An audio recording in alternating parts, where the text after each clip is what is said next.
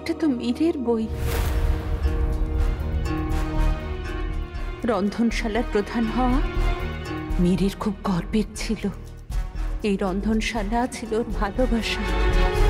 এই বইটায়ও প্রত্যেক দিনের হিসেব লিখে রাখত।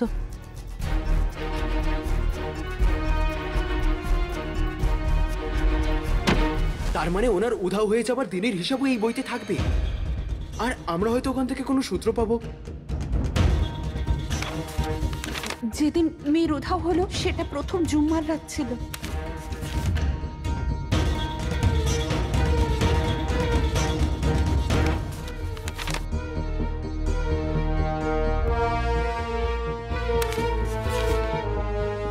এটাতে কি লেখা আছে আর কেন লেখা আছে আমি এই ভাষাটা বুঝতে পারছি না। মীর 12টা দেশের ভাষা জানত। প্রত্যেকটা ভাষার উপর ওর দখল ছিল। বাহ, দারুণ ব্যাপার। আমি তো আমার নিজের ভাষাটাও ঠিক করে জানি না। আমি বলতে চাই একরকম আর বলি আর এক রকম। এটা ফার্সিতে লেখা, কিন্তু আমিও ফার্সি পড়তে পারি না। কি? তাহলে আমরা জানতে পারবো কি করে যে ওই দিন হিসাবে কি লেখা হয়েছিল? ফারাজ যাবেন? পাশের ঘরে। ফারাজ 7 নম্বর ঘরে? ওখানে ফার্সি শিক্ষার বই আছে।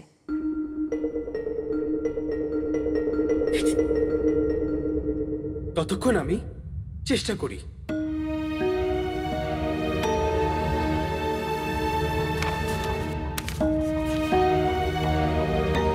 কি জানি এসব কি লেখা আছে। রংচঙে কাবাব বানানোর পদ্ধতি লেখা আছে। সত্যি? চলো বানাই।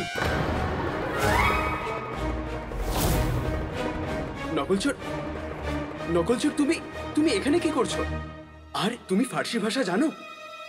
অল্প অল্প পারি, কিন্তু তুমি আরবি ফার্সি ছাড়ো আর আমাকে এটা বলো, তুমি আমাকে বোকা বানিয়ে ওখানে রেখে কেন এলে? আর তুমি জানো নুসরাত আপা যদি এখানে চলে আসে তাহলে কি হবে? আমি তোমার মুখটা ফাটিয়ে দেবো বলে দিলাম। তার আর দরকার হবে না।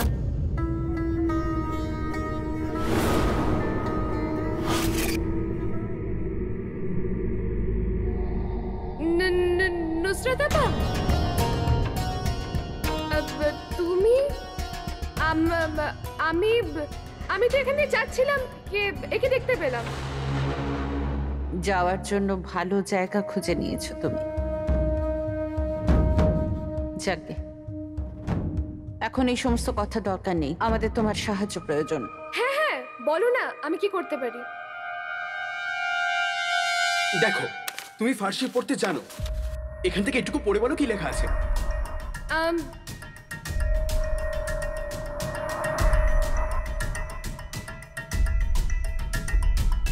এখানে তো কারো রোজকার হিসাব লেখা আছে। শেষ দিন জুম্মার দিন, আর লেখা আছে যে চতুর্থ প্রহরে বিশেষ মশলা আনার জন্য বাজারে যাবে। কিন্তু এসবের মানে কি? তার মানে উনি শেষবার বাজারে গিয়েছিলেন, আর মীর কাকার মতো প্রধান রাঁধুনিকে ওই দিন বাজারে কেউ চিনতে পারবে না, এটা হতেই পারে না। আমাদের বাজারে যাওয়া উচিত, ওখান থেকে কোনো সূত্র তো নিশ্চয়ই পাওয়া যাবে। কিন্তু এসব কি হচ্ছে? কেউ আমাকে বলবে মশলার দোকানদার মীর কাকাকে?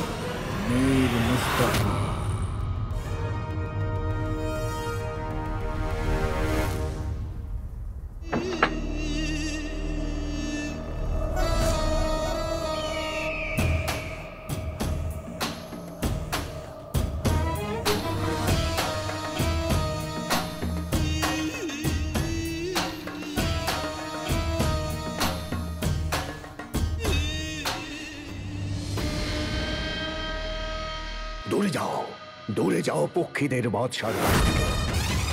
না হলে সে তোমাকে উড়িয়ে দেবে।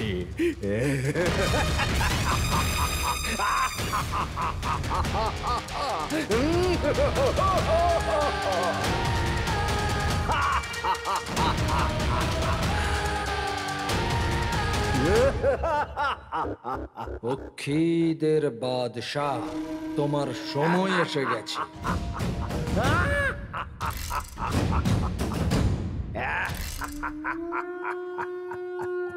আকাশে ওড়ার জন্যে। সত্যি বলছো বন্ধু? তাহলে কি আবার পক্ষীদের বাদশাহ খোলা আকাশে নিজের মতো উঠতে পারবে? সেই জন্যই আমি এখানে এসেছি, আমার বন্ধু মীর মুস্তাফা।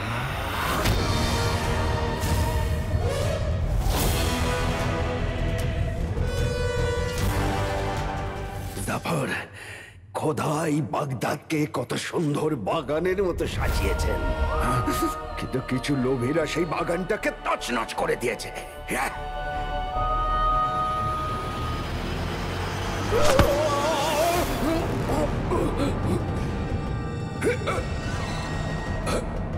জাফর,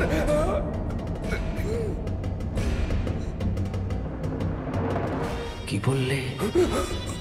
জাফর তার সঙ্গে ভেট হিসেবে তোমার মুক্তি নিয়ে এসেছে। গ্রহণ করে নাও সেটা। উমরের সাথে বন্ধুত্ব করার নেশাতে নিজের প্রাণটা দিয়ে বসবে। জাফর, আমাকে আমাকে বাঁচাও, আমাকে বাঁচাও। সেই জন্যই বলছি, 20 বছর আগের যে রহস্য তোমার মাথায় লুকিয়ে আছে সেটাকে বলে দাও। আমি বলছি কি রহস্য লুকিয়ে আছে। জাফর, আমাকে মেরো না, আমাকে মেরো না। জাফর, জাফর, আমাকে মেরো না। জাফর,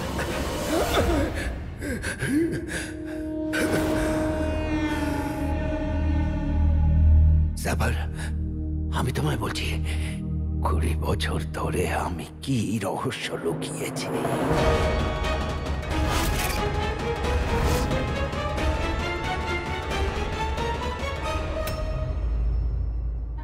তুমি প্রতিজ্ঞা করেছো নাকি যে আমাকে কিছু বলবে না? বলো না মীর মুস্তাফা। নকলচোর, তুমি তুমি না, তুমি এভাবে মানবে না। শোনো, মীর মুস্তাফা অনেক বছর আগে এই প্রাসাদে প্রধান রাঁধুনি ছিলেন, ঠিক আছে? প্রধান রাঁধুনি? কিন্তু তোমার ওর সাথে কি সম্পর্ক? বলো না, তুমি ওর সাথে কেন দেখা করতে চাও? নকলচোর, তুমি তুমি কত প্রশ্ন করবে? তুমি আমাকে কিচ্ছু বলছো না। নকলচোর, দেখো আমার কাছে সময় একদম নেই, আমাকে বাজারে যেতে হবে, বোঝার চেষ্টা করো। আরে উনি কি? তুমি এভাবে যদি না বলো তাহলে।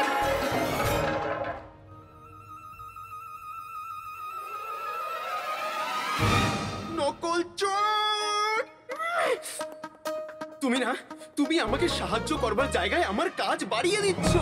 তুমি না, আমার থেকে দূরে থাকো, আমাকে আমার কাজ করতে দাও, আমাকে পরিষ্কার করতে দাও। যদি আমি সময় মতো বাজারে না পৌঁছাই তাহলে বাজার বন্ধ হয়ে যাবে। আর কাপড় কোথায়? আরে আমার কাছে শুধু একটাই মাত্র সুযোগ, যদি এটাও বেরিয়ে যায় হাত থেকে তাহলে নুসরাত আপা আমাকে দ্বিতীয়বার সুযোগ দেবে না। আচ্ছা, এবার আমি বুঝেছি তুমি মশলার বাজারে কেন যেতে চাইছো। তুমি মশলার বাজার এই জন্য যেতে চাইছো যাতে তুমি জানতে পারো মীর মুস্তাফা কোন মশলাগুলো ব্যবহার করতো, যাতে তুমি সেই মশলাগুলো ব্যবহার করো আর তুমি প্রধান রাঁধুনি হয়ে যাও। কিন্তু তুমি তো ডিমও সেদ্ধ করতে পারো না, তুমি কি প্রধান রাঁধুনি হবে? আমি না সবকিছু জানি, আমি একাই 100 জনের সমান। যাক খেলো, তুমি তো সবকিছু জানো, কত বুদ্ধিমতী তুমি।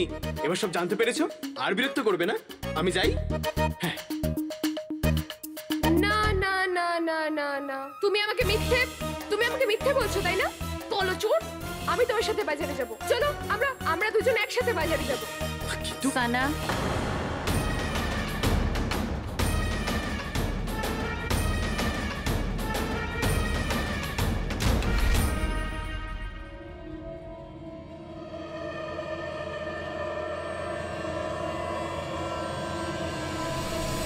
এই সেই রহস্য যেটা আমি 20 বছর ধরে লুকিয়ে রেখেছি। যে রক্ষা করে সে রক্ষক, যে খেয়ে নেয় সে ভক্ষক।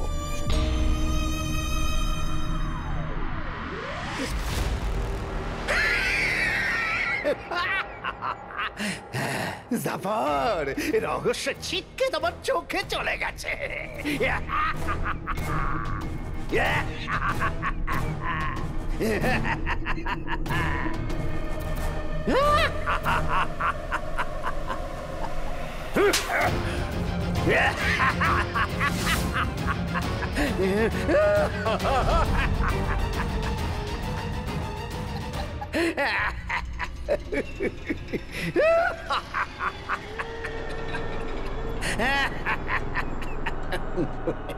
তোমার এই স্পর্ধার জন্য অনেক মূল্য দিতে হবে তোমার।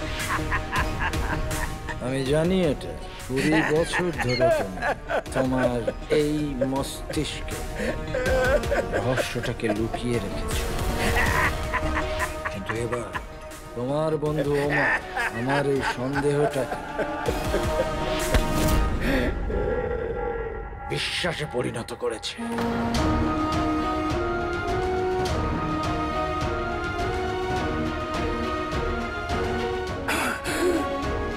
ওমর তো বেঁচে আছে, আমার বন্ধু বেঁচে আছে। ওমরের নামটা শুনেই তোমার পাগলামি ঠিক হয়ে গেল। বেঁচে আছে ও, আর তুমি কি জানো যে ও এখন আমার বন্ধু, আর ও আমার ওপর তোমার থেকে বেশি বিশ্বাস করে। সেই জন্যই তো বলছি, ও বেশি বিশ্বস্ত হতে গিয়ে তোমার বন্ধু আবার নিজের প্রাণটা না দিয়ে বসে। একদিনের আরো সময় তোমায় দিচ্ছি, এবার সিদ্ধান্ত তোমায় নিতে হবে। তুমি যদি চাও তাহলে আমাকে বলে শেষবারের মতো নিজের বন্ধুকে দেখতে পারো।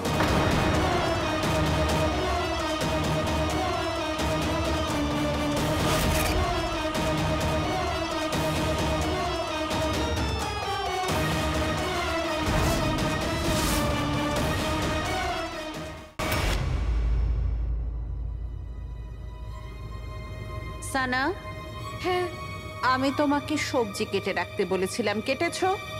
সবজি? হ্যাঁ, সবজি আমি এসে কেটে দিই আপা। ঠিক আছে, আমি বেগম সাহেবাকে গিয়ে বলে দিচ্ছি উনি যেটা খেতে চেয়েছিলেন সেটা খাওয়া সম্ভব হবে না, কেননা সবজি কাটা হয়নি। আর এরপরে বেগম সাহেবা যা বলবেন সেটার জন্য আমি কোনো দায়িত্ব নেব না। না না না, বেগম সাহেবাকে অভিযোগের সুযোগ দেব না। আমি সবজি কেটে দিচ্ছি।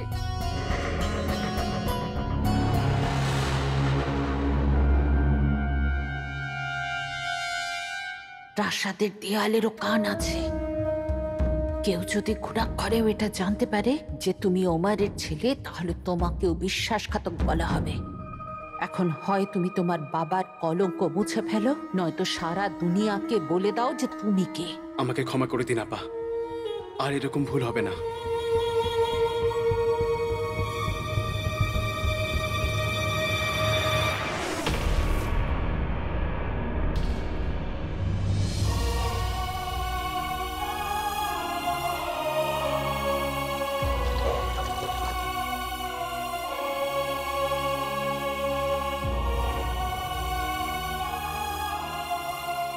আলাদিন, তুমি গিয়ে বাজারের কাজ করো, নয়তো দেরি হয়ে যাবে। আপা, কিন্তু আমার কাজ এখনো শেষ হয়নি। আমি তোমার কাজ অন্য কাউকে দিয়ে দেব, তুমি যাও।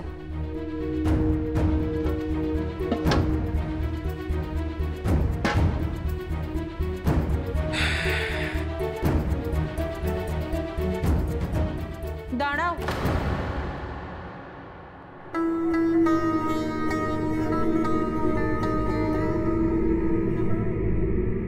কোনো যুদ্ধ মন খারাপ নিয়ে যেতে যায় না, আশা নিয়ে জিততে হয়।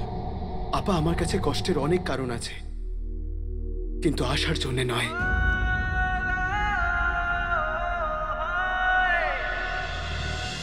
তুমি একজন সৎ ও বিশ্বস্ত মানুষের ছেলে।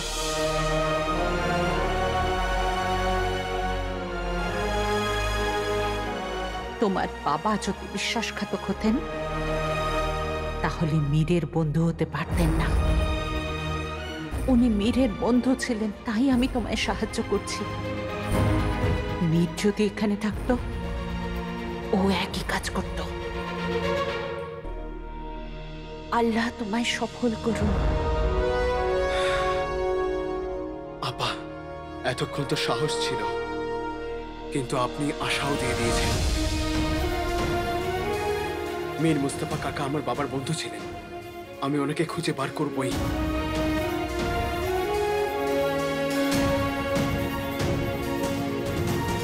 আমি কথা দিলাম।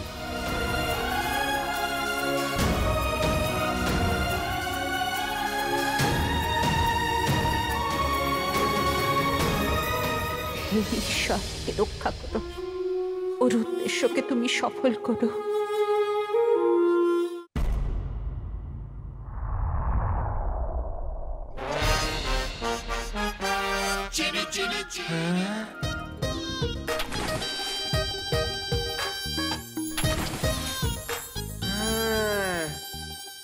শিমুয়ের পায়েস। দুধ চাইলে শিমুই দেব, দুধ ফেটে গেল কোনো ব্যাপার না, ছানা দেব। আলাল হাবিবি, এবার আমি করব কি? আজ শিমুয়ের পায়েস হয়েছে, আজ শিমুয়ের পায়েস হয়েছে। শিমুয়ের পায়েস, শিমুয়ের তুই পায়েস। যতই নাচ জিনু, এই শিমুয়ের পায়েস তুই পাবি না। হ্যাঁ? কিন্তু কেন? এই শিমুয়ের পায়েসটা আমি মসজিদে প্রয়োজনীয় মানুষ আর গরিবদের জন্য বানিয়েছি। কিন্তু মা, মন থেকে গরিব আর পেটের দিক থেকে প্রয়োজনীয় তো আমি, তাহলে এই শিমুয়ের পায়েসটা আমায় দিয়ে দাও। চুপ কর। মা, তুমি আমার মন ভেঙে দিলে। এবার এই মন পাশের হুসেনের মিষ্টি দোকানের 12টা সিঙ্গারা খেয়েই জুড়বে। আমি চললাম সিঙ্গারা খেতে।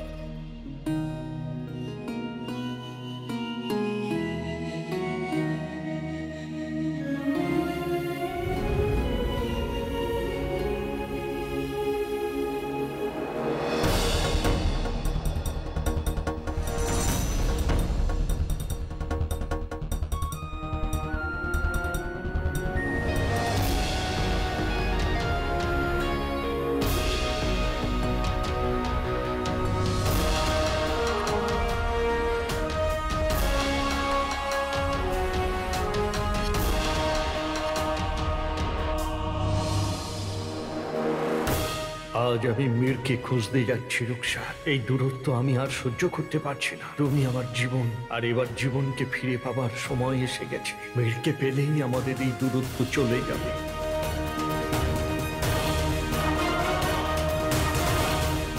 এটা তো সেই শিমুয়ের পায়েসের গন্ধ যা তুমি আমার জন্য ভালোবেসে বানাতে।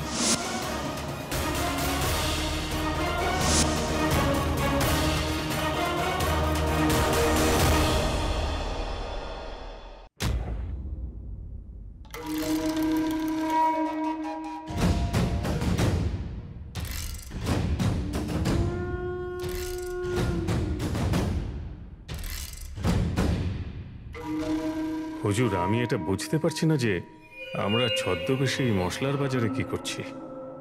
এই মশলার গন্ধগুলোই ওমরকে এখানে টেনে আনবে। ওকে ভালো করেই জানতো যে ওর বন্ধু মেয়ের মোস্তাফা মাঝে মাঝেই এই মশলার গোদামগুলোতে আসতো, আর এই বাজারেও। আর ওর প্রাণের বন্ধু আহমদ মশলার গোদামের মালিক, ও মীরের সঙ্গে দেখা করতে এখানেই আসতো। তাহলে বাস, ওমর তার বন্ধুর ব্যাপারে খোঁজ নিতে এখানে নিশ্চয়ই আসবে। আমাদের এই ব্যাপারটা খেয়াল রাখতে হবে, জমারের হাতে কিছু যেন না লাগে।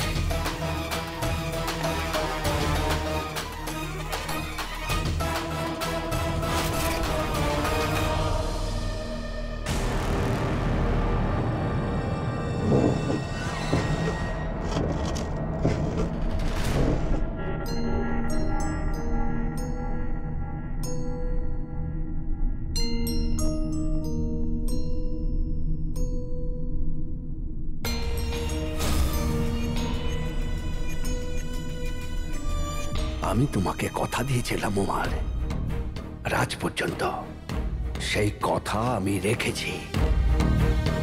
আমি তোমার সাথে দেখা করতে চাই, তোমার সাথে কথা বলতে চাই।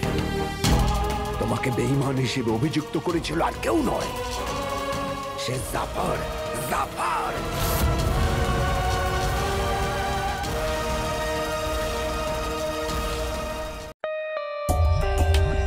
For more updates, subscribe to our channel, click the show links and enjoy watching the videos.